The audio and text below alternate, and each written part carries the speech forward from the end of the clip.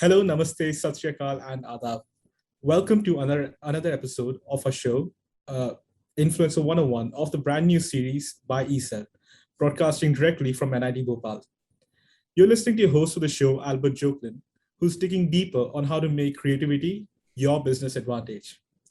Here to assist me today is Mr. Jason Falls, an award-winning digital strategist, an author, and an influencer. Welcome, sir. How are you today? I'm great, Albert. Thanks for having me. Sir, before we move on, can you please let our audience know more about yourself? Well, sure. So I've been in the digital marketing strategy space for about 15 years. And prior to that, I spent about 15 years in the world of public relations. So the way those two things sort of overlap is I was always in charge of trying to work through the media to get attention for my clients and their activities and products and events. And then I made a shift into the digital marketing advertising world, and that became an opportunity in about 2005 to say, okay, how do I do the same thing with social media and with influencers and bloggers and things like that? So I've spent my entire career trying to, sort of leverage third parties with audiences to get attention for businesses, brands, and clients. And so that's kind of what I do. Wow, you do have a really long career. And when I first heard about the digital marketing space, I was curious to know what role does digital marketing play in building a brand, and how do influencers play a part in that? Well, that's a great question. And, digital marketing is certainly a subset of overall marketing, but you have to ask yourself in any type of business or marketing, where is your audience?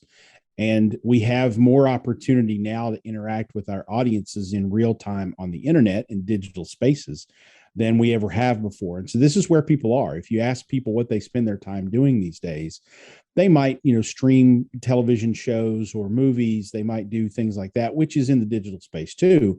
But where do they really spend their time? They typically spend it on social networks, on Facebook, on Twitter, on TikTok, et cetera.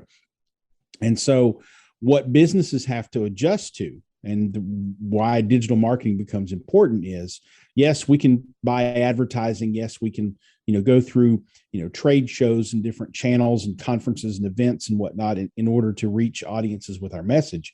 But if we really want to get in front of a concentrated audience these days, on the internet is where we're going to find them. And so the digital space becomes an opportunity to further that marketing message to your audiences out there, because that's where they're spending their time. The reason that influencers have a part to play in that is because since the advent of social media, the media landscape has become so fractured. And that's not just in the US or where you are, it's around the world. Instead of one or two media sources, which we had 30 or 40 years ago, we have dozens, if not hundreds, if not thousands of media sources. If you consider each individual account on Instagram or YouTube a media source, then literally you have millions, if not billions. So what happens is people go to social networks like Instagram or YouTube or Facebook or whatnot, and they start to gravitate to people who provide content that's interesting to them. So it might be that they're really interested in sports or sporting content, so they follow those channels of people who talk about sports. And it might be big media publications, or it might just be an individual who has a perspective that individual likes. When we all have the choice to be able to go out and follow any number of media channels out there, whether it be traditional television stations, magazines, newspapers, et cetera, or new media influential people who are Instagrammers or YouTubers, that is where influencers kind of come into play. They have started to carve out that attention of the consumer. And so what we need to be able to do as brands is identify the influential points of contact for the consumers we're trying to reach.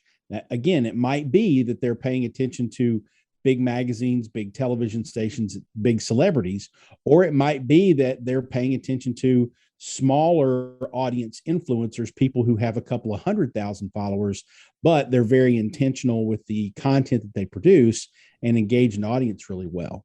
So influencers have become a pathway to reach people in very specific niche interests. So if you're selling a product in the outdoor space, if you sell camping equipment, for instance, instead of going to a big magazine or an outdoor television network that talks about outdoors, you can actually go out and for a much smaller amount of money, you can go out and find 5 or 10 people who only blog about or do videos about or post Instagram pictures about outdoors, and have just as many people, just as many eyeballs within that smaller, cheaper audience set than you would if you went with a big media advertising plan. So influencers are a very important component of what's happening in the overall marketing space, especially when you're trying to reach consumers with very niche interests. Wow. So influencers are really important when it comes to digital marketing. So suppose you're an experienced digital marketer and you're freelancing, and you come across a country that's just had whose internet penetration just increased massively due to some new policy or something like that. And because of that, there's a completely new digital space that's been created for them and new ways to cover attention. But then the brands are going to be very conservative about it. They won't immediately jump aboard this new train, and they won't immediately go for digital marketing. So how would you convince those brands to take up digital marketing rather than conventional advertisement? Well, I think ultimately brands are going to decide to spend their money where they know they can reach consumers. So I think what you really have to do is understand how the consumers in that new market are, what are they leveraging? Where are they going online? What are they seeing? So you can use some third-party software tools to say, hey, we want to know, in this particular country, what websites are the most popular, et cetera. But you can also just survey consumers. You can actually, go out and talk to focus groups of people to say, okay, now that these new policies are open, where are you going online? What are you spending your time doing? What content do you find informative, educational, entertaining, et cetera? And so really understanding the consumer and being able to go to a brand and say, look, we know that of the audience that you're trying to reach, 79% of them are on Instagram, and a good portion of them follow these 5 or 6 types of people on Instagram. So we feel like a responsible use of your marketing budget is to engage some Instagram influencers specific to this country. The great thing about the digital space too is, especially with advertising platforms, whether it be Facebook or YouTube or Google or any other website, is more often than not, you can really focus on your targeting. So you can say, hey, we want to spend a small amount of money on this country to test and see, is this going to work, before we put a lot of budget behind it. So you can test and iterate and get to a point where you're very happy with your return without having to invest hundreds of thousands of dollars into it. Okay, so I mean, you've talked about all these platforms, like Facebook and Instagram, and the thing with these platforms is that they've recently come up with new algorithms to capture people's attentions in ways that has never been done before. The other day I was using Instagram and I didn't realize I was hooked to it until an hour had passed. So this algorithm does have a big role to play in the future. Like, that's what I think. And I'm curious to know, what kind of role will they play in the digital marketing space as we progress? Well, those algorithms, and I think, Facebook, Instagram, Twitter, LinkedIn, they all have different algorithms for how to surface information to a user. I think TikTok is the one platform that has sort of taken algorithms to a new level, because by default, they feed you what they think you want to see versus what you're following. Now, you have the option to flip over and see what you're following, but they start you from a point of, here's what we think you're going to like.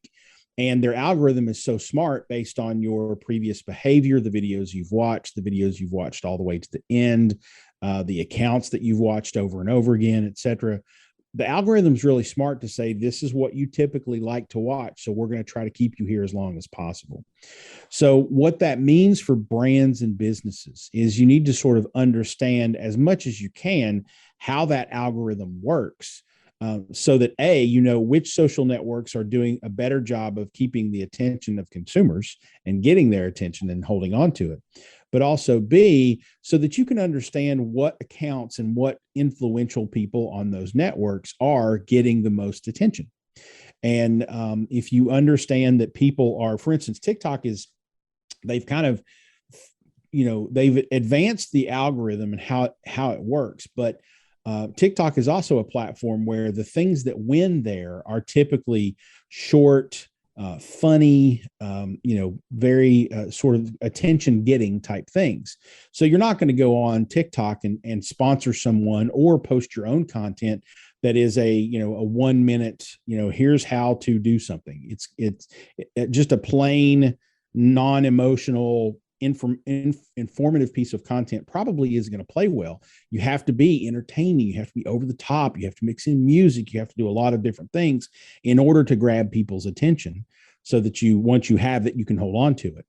So you have to understand how these algorithms work and understand which accounts are capitalizing on those algorithms well, so that you know which creators to reach out to. Fortunately for TikTok, they just recently opened up their API. So a lot of the influencer marketing software tools can now start to tell you, here are the influencers within this particular keyword that you're, you know, wanting to focus on, or this particular industry or whatnot.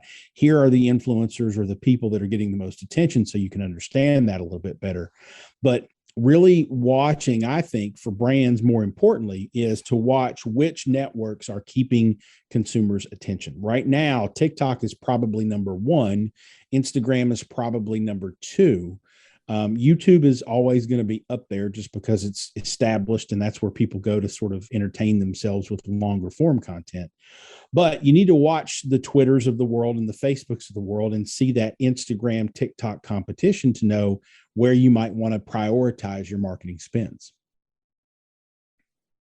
Wow, those are some really incredible insights there.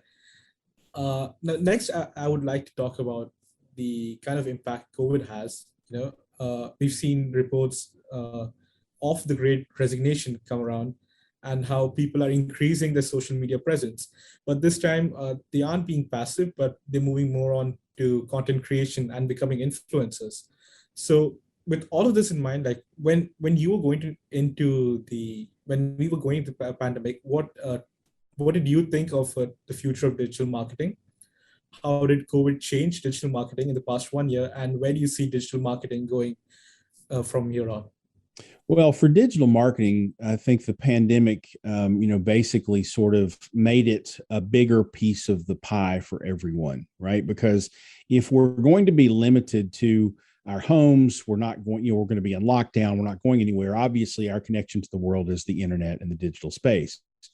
What the pandemic has done more than anything, though, for businesses and brands, is it has proven that virtual work is actually good.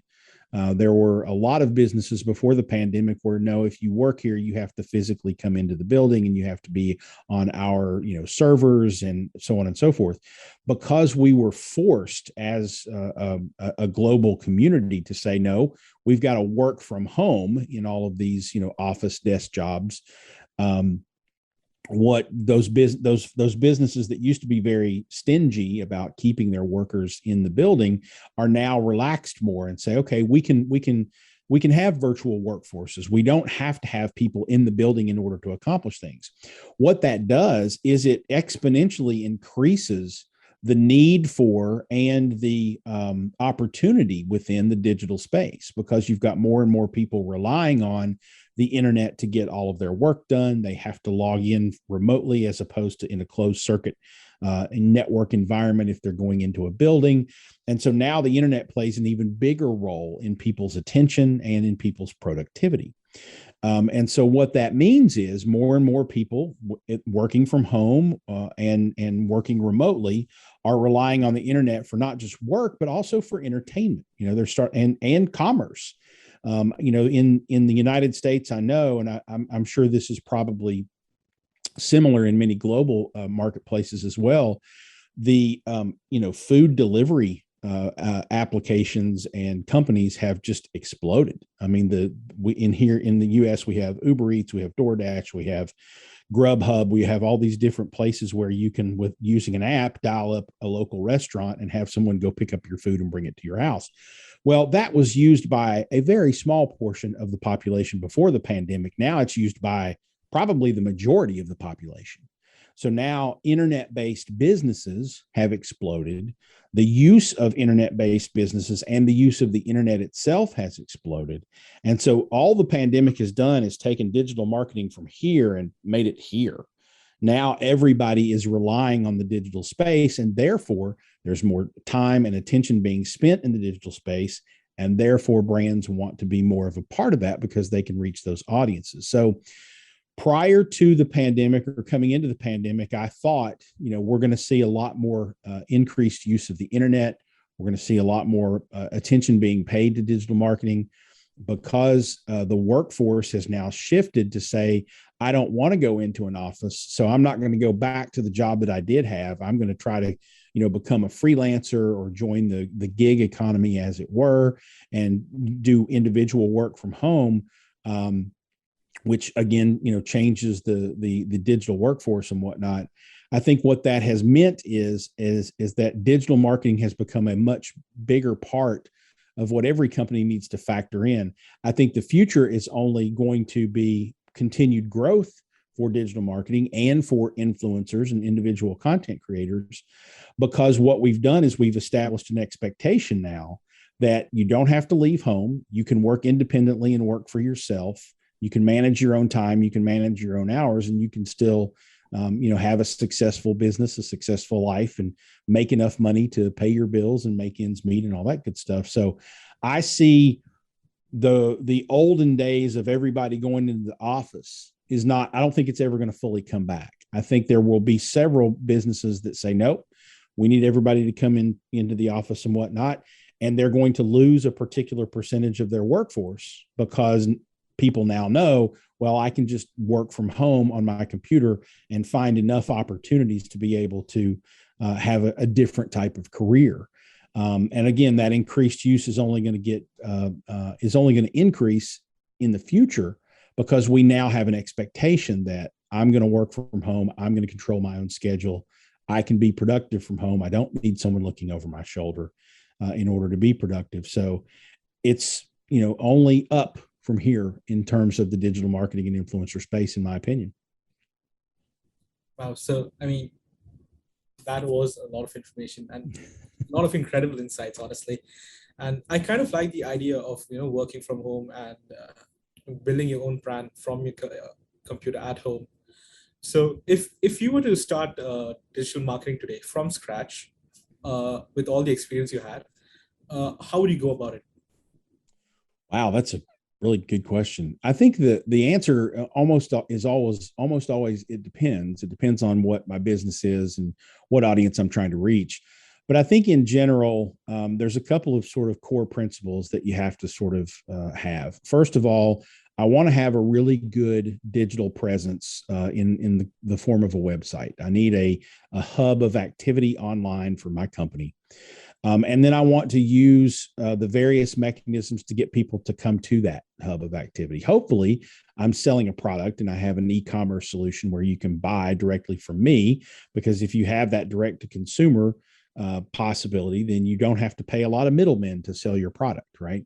So if I have a direct to consumer website and I'm selling a product or service, I'm going to make sure that website is robust and engaging, and is designed to lead people down my sales funnel to convert to a customer. But then I'm going to use the various channels to get people to that. So that might be that I'm going to optimize my website for search engines, and I'm going to do some pay-per-click advertising because I know that's low-hanging fruit. That's people searching for an answer to a question or a solution to a problem. And if I fit that solution with my website content, then I can be in front of those people and gain customers. I'm also going to look at online media to advertise to relevant audiences on relevant websites, to make sure that as many people as possible know that I'm an option for them. But then I'm also going to try to build content that allows people to start to trust me. And so that might be that I'm going to do videos, or I'm going to write a blog. I'm going to write articles for other websites to, prove my thought leadership or my capabilities in my business. And I'm going to publish that content and use the opportunity to reach out to audiences on social networks to say, hey, here's some content that I'm putting out there for the community. I hope that it helps you get smarter about what I do. That type of content is going to help people like me. It's going to help people know who I am. And then hopefully I do that over time enough that people trust me, because if they know you, like you, and trust you, then ultimately they'll buy from you.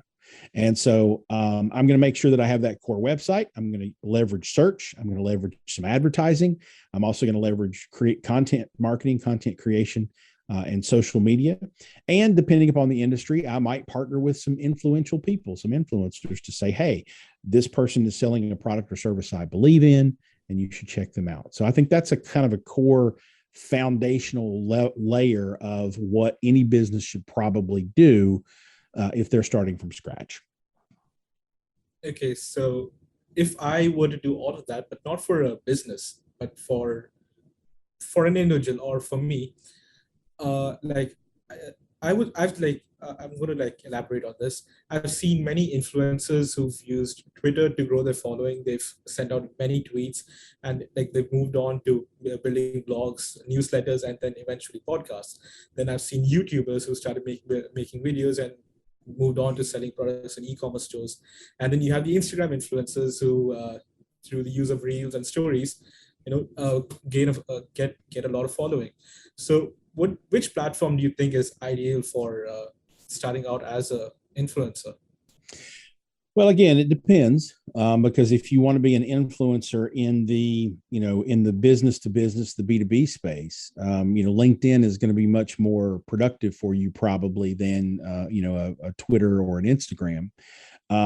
But I think it really is focusing on where are the people that you want to reach. If you are selling consumer product goods, or you want to be influential or an influencer in sort of a consumer facing pop culture topic, then Instagram is going to be good for you. TikTok is probably going to be good for you. Twitter might be good for you as well.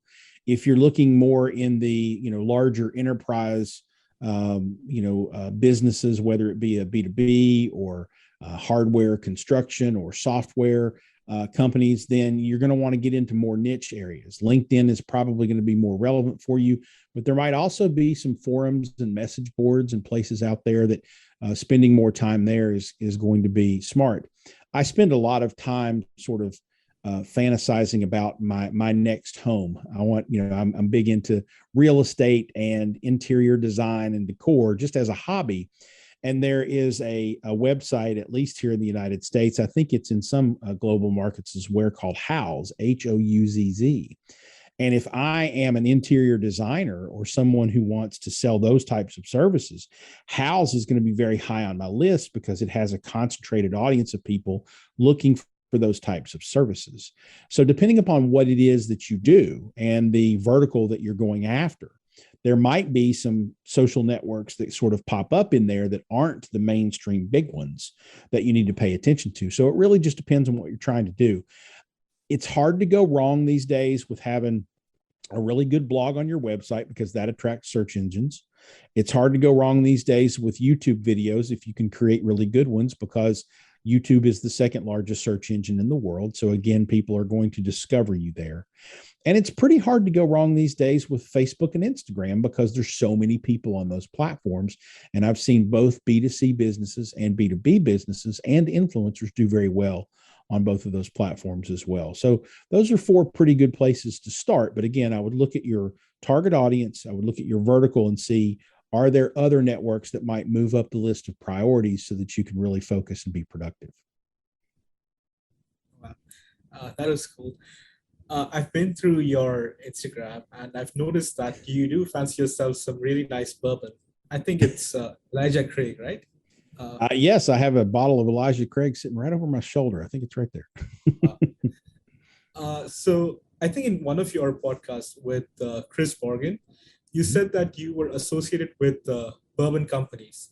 How did you manage to convert like your interest into promotional strategies? Well, I live in Kentucky in the United States, and 95% of the world's bourbon comes from the state of Kentucky. So we have a lot of bourbon companies around here. So when you're in marketing in Kentucky, inevitably you're going to work with a bourbon company or something around the bourbon industry. It's a big industry here. It would be like, working in, Detroit, Michigan, and not having a contact with the automobile industry. There's a lot of automotive, folks in that area. So bourbon is kind of our thing in Kentucky, or one of our things in Kentucky. So over the course of my career, I've been very fortunate to work with 4 or 5 different bourbon companies, or alcohol, wine, and spirits companies, and dozens of brands within that space. It just happens to be something that I enjoy because I sort of grew up in Kentucky. And when I became of age and started trying bourbon and drinking bourbon, it became my sort of drink of choice. If I'm drinking an alcoholic beverage. And I enjoy trying new ones. I enjoy exploring the world of bourbon personally, but I also happen to know a little bit about the marketing of it because I sort of grew up in this area, in this market. If I'd grown up in another part of the United States or another part of the world, I probably wouldn't have nearly as much affinity for bourbon, nor would I have the opportunity probably to work with those companies. Wow. Speaking of bourbon, I also know that you've won the Sammy Award because of the Jim Beam bourbon strategy. So can you please elaborate on that strategy for me, please? Sure. That was several years ago. And Jim Beam Bourbon at the time had not done television advertising in the United States for several years, probably 20 years. And so they were coming out with their first television commercial. So it was clever and interesting, and they were going to, spend a lot of money to get people to watch this TV commercial. But we wanted to leverage the internet to get people more engaged with the brand and the concept around the commercial, to just drive, extra, echoing affinity for Jim Beam. So the challenge was given to me to how do we leverage the internet to supplement this commercial, to have the commercial lead people to something different, and something more enriching. So working with the Jim Beam marketing team and a couple of partners, we kind of brainstormed and came up with the idea that what we should do is we should challenge Jim Beam fans to create their own version of the commercial. So we built a website that would allow them to download the graphics from the commercial, the music that we used in the commercial, some of the footage that we used in the commercial. They could download it and remix it, re-edit it however they wanted to. But we encouraged them to shoot their own video and do their own version of that commercial. So the commercial was themed, it was called The Girlfriend, and it was a kind of a humorous look at what a Jim Beam drinker would consider the perfect girlfriend. So we encouraged people to come up with the perfect boyfriend and the perfect, mom or dad or brother or sister or whatnot. And so what that ended up doing was, driving, I think it was a couple of thousand people actually submitted their own versions of a Jim Beam commercial. And the ultimate prize was, we sent the person who won, they got a $25,000, I think, and a trip to Las Vegas with their friends. So there was a nice prize at the end of it. It was worth your while to spend time doing it.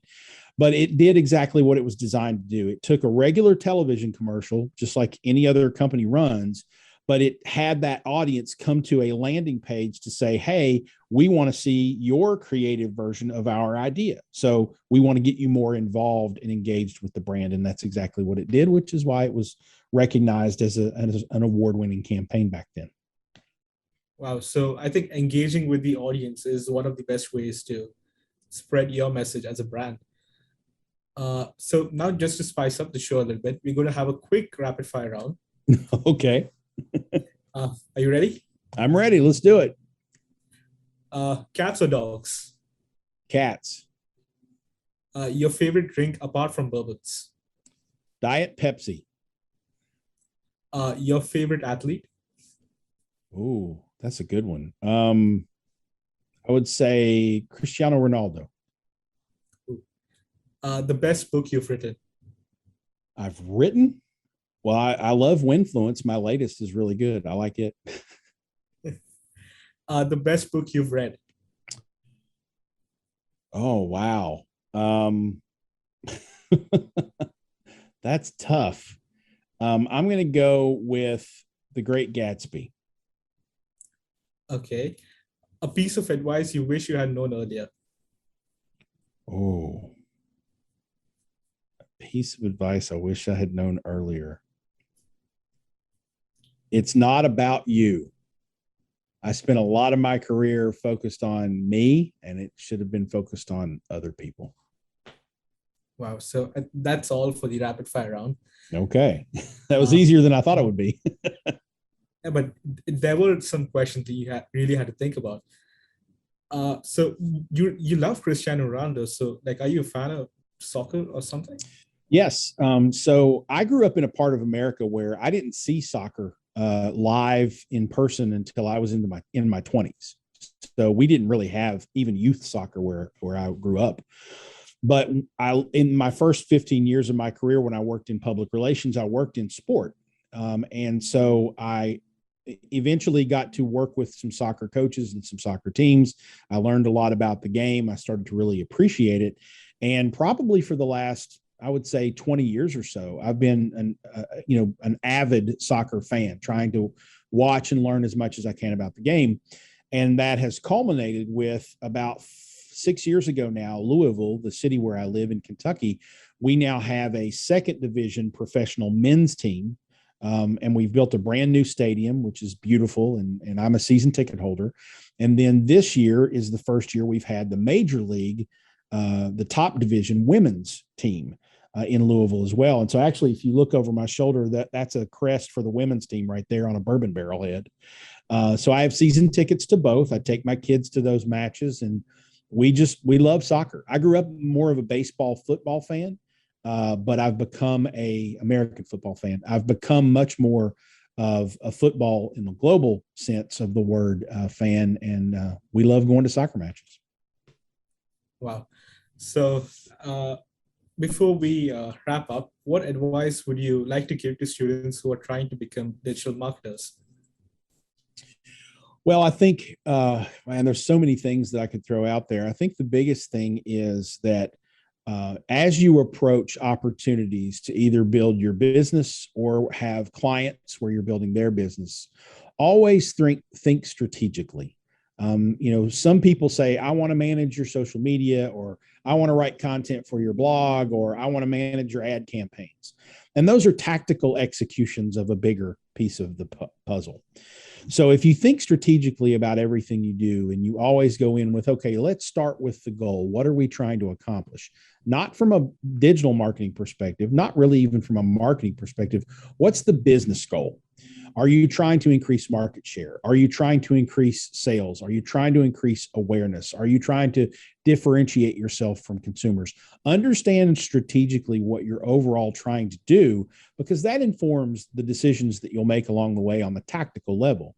And if you always think strategically with that goal in mind and how to measure toward that goal, you'll make a lot better decisions, and the people that you have to answer to, whether it be bosses or clients along the way, will be much happier with the work that you do. Yeah, I've heard of, like, I've read The Art of War by Sun Tzu, and the book itself highlights the importance of, being strategic in what you do, because anyone can be a tactician, but the ability to think strategically is really hard to come by. So, are there any resources you think like that would help the audience become more strategic in nature? Well, sure. There's plenty of great books and blogs and websites out there. Probably from a marketing, public relations perspective, I highly recommend The New Rules of Marketing and PR by David Meerman Scott. It's one of the sort of the Bibles of the industry now, especially in light of the new media and social media emerging. I think it's in its 7th or 8th edition now, so it's continually updated. Very good book for everyone.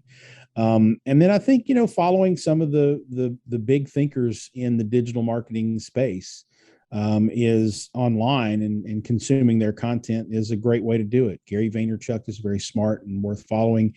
Simon Sinek has a much sort of bigger perspective on the world, but talks a lot about marketing and how you deal with audiences and consumers. Brene Brown does a fantastic job. I love everything that the Malcolm Gladwells of the world push out. Seth Godin is brilliant as well. And all of those are just the Americans. I'm sure there's probably, much more relevant folks wherever you are that are marketing thought leaders as well. So find those people who think strategically and you're impressed with, and learn everything you can from them. Right. Thank you everyone for listening. You just heard Mr. Jason Falls with your host Albert. Cheers and take care. You're signing off from Team Cell, Station Pay Charcha.